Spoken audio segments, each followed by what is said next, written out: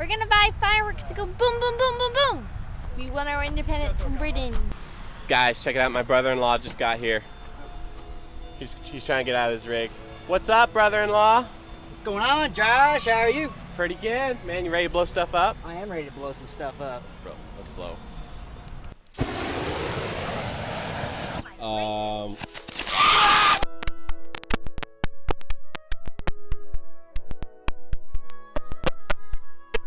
You guys see that? Do you know what we should do next, Joe? What should we do? We should make a bottle rockets, shooter outer thingy or jigger. That is a great idea. A bottle rocket shooter matter Thingamajigger. thingamajig. We're gonna build a bottle rocket thingamajigger. We're gonna need a pipe. Let's put some on the back end so you don't get sparkles in your face. Light her up. Shove her down inside. Then tap and point it at somebody. Hey!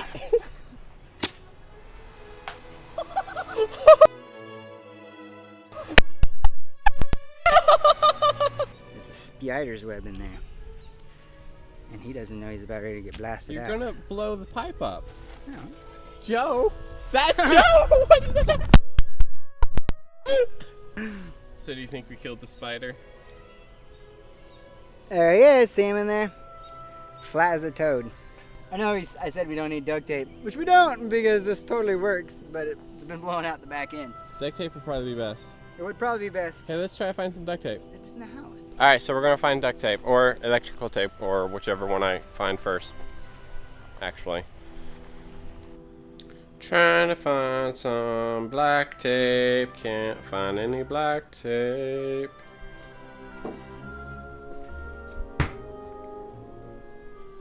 Got it!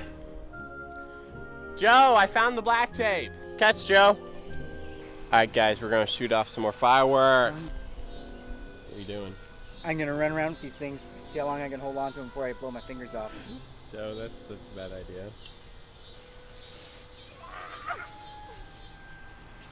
Don't run around me, dude.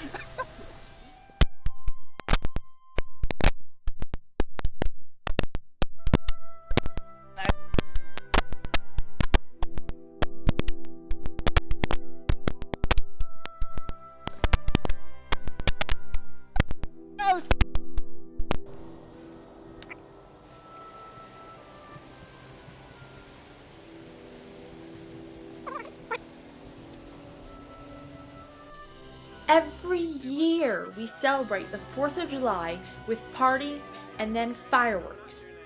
And what are we even celebrating when we celebrate the 4th of July? Well, let me tell you a story. The reason why we celebrate the 4th of July with fireworks is right after the Declaration of Independence was voted and passed on, John Adams, one of the leaders of the Revolution, wrote a letter to his wife Abigail. I am apt to believe that this day should be celebrated by succeeding generations as the great anniversary festival.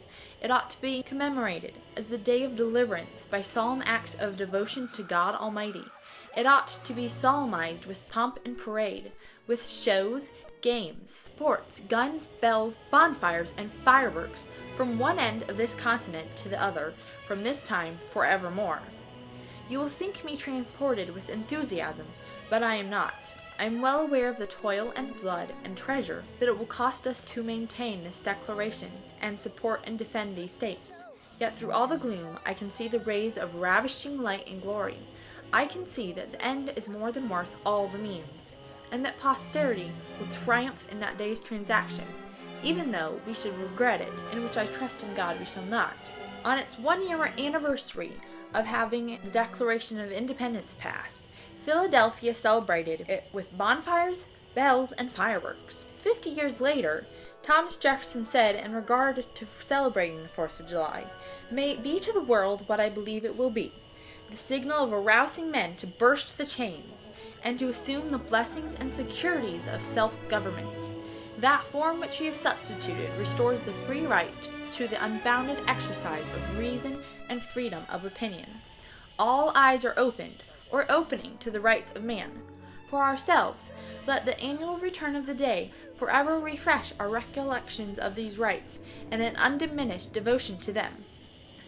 Well, That answers the question of why we celebrate the 4th of July with fireworks. But what is it that we're celebrating, and why did the colonies decide to fight the British and become their own nation?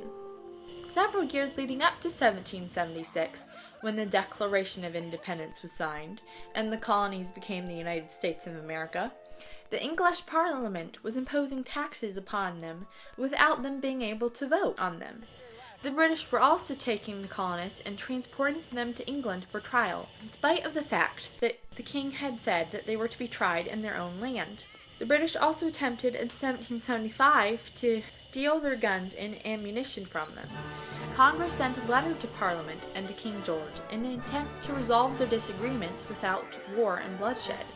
In response to that letter, the king issued a proclamation of rebellion, stating that they were all rebels and encouraging everyone to fight against them, and sent more British soldiers to conquer the colonists.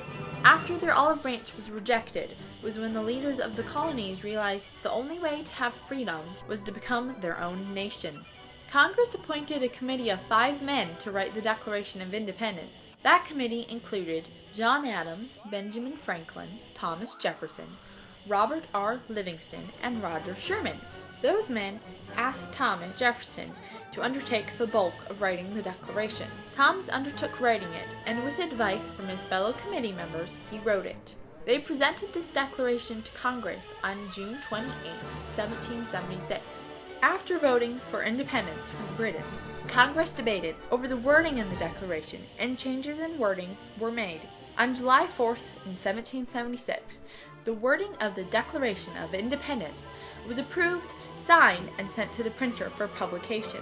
After signing the Declaration of Independence, the members of Congress knew there was no turning back from this war and making peace. They either had to win it and gain their freedom, or lose it and be executed for treason. They knew their biggest struggle lay ahead of them, and it turned out to be a very long struggle indeed. John Adams was sent to France to secure their help in gaining their freedom from Britain. The British heard about this and sent warships to capture him on the Atlantic Ocean. Had the captain of his ship not successfully given the British the slip and invaded capture, John Adams would have been executed by the British. Due to John Adams being one of the leaders of the Revolution, the King of England had his name on a list of people that were not to be pardoned and that were to be hanged for treason if caught. Also with John Adams on the ship bound for France was his eldest son. John Adams' wife would have never seen him again, and she would likely have never seen her eldest son either. The Revolutionary War lasted 8 long years. The United States of America won the final battle of the war in the Battle of Yorktown. This battle lasted 22 days, as George Washington had the British troops trapped in the city of Yorktown, which is on the edge of the Atlantic Ocean. With General George Washington's army surrounding the city on land, and the French navy behind them blocking their escape from sea, the British General Lord Cornwallis was forced to surrender himself and his entire army to the Americans on October 19, 1781. After having his army captured, King George of England was forced to start making peace treaties with America and its allies. The war formally concluded on September 3, 1783, when the peace treaties were signed by all countries. The last British troops left America from New York City on November 25, 1783. The cost of liberty was great. Many men died in battle, and the American army were away from their families for many years at a time. So while the cost of liberty was great, the leaders and men of our nation recognized that keeping their lives and living under tyrannical rule would have cost them more than fighting for liberty. Benjamin Franklin once said, "Those who would give up essential liberty to purchase a little temporary safety deserve neither liberty nor safety." He also said, "In those wretched countries where man cannot call his tongue his own, he can scarce call anything his own. Whoever would overthrow the liberty of a nation must begin by subduing the freeness of speech. Without the freedom of thought, there can be no such thing as wisdom, and no such thing as public liberty without freedom of speech, which is the right of every man."